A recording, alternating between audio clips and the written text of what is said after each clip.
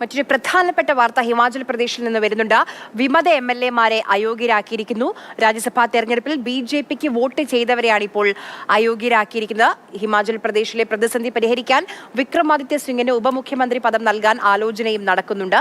അനൂപ് ദാസിന്റെ വിവരങ്ങളുമായി. Anoop, cross vote ചെയ്ത 6 പേർ അയോഗ്യരാകുന്നു അല്ലേ?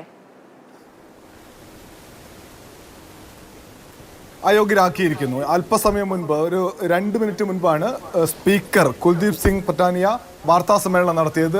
6 MLA-മാരെയും, അതായത് കോൺഗ്രസിന്റെ വിപ്പ് ലംഘിച്ച് വോട്ട് ചെയ്ത 6 പേരെയും അയോഗ്യരാക്കുന്നു എന്ന് അദ്ദേഹം വാർത്താ സമ്മേളനത്തിൽ പറഞ്ഞിരിക്കുന്നു.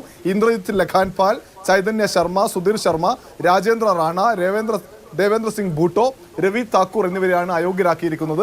68 അംഗ നിയമസഭ, 40 MLA-മാരായിരുന്നു കോൺഗ്രസിനുണ്ടായിരുന്നത്. 6 പേർ ഇപ്പോൾ അയോഗ്യരാക്കപ്പെട്ടിരിക്കുന്നു. ഇനി 34 പേരുടെ പിന്തുണ കോൺഗ്രസിനുണ്ട്. 3 സ്വതന്ത്രരാണ്. നേരത്തെ സർക്കാരിനെ പിന്തുണച്ച ആ 3 പേരും ഇപ്പോൾ BJPക്കൊപ്പമാണ്.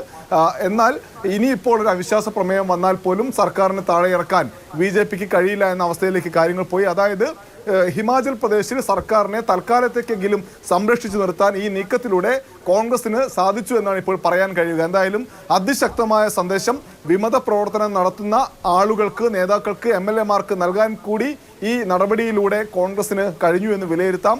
ഈ 6 MLA-മാരിൽ, ഈ വിമത പ്രവർത്തനം നടത്തിയ 6 MLA-മാരിൽ 4 പേരെ അയോഗ്യരാക്കി 2 പേരെ പാർട്ടിക്കൊപ്പം നിർത്താനൊക്കെയുള്ള ഒരു നീക്കമുണ്ടായിരുന്നു. പക്ഷേ അതൊന്നും വേണ്ട, മുഴുവൻ ആളുകളെയും അയോഗ്യരാക്കാം, അവർ വീണ്ടും BJPയുമായി സഹകരിക്കാൻ സാധ്യതയുണ്ട് എന്ന വിലയിരുത്തലിന്റെ അടിസ്ഥാനത്തിലാണ് ഇപ്പോൾ ഇങ്ങനെ കർശനമായ നടപടിയിലേക്ക് കോൺഗ്രസ് പോയത്. ശരി.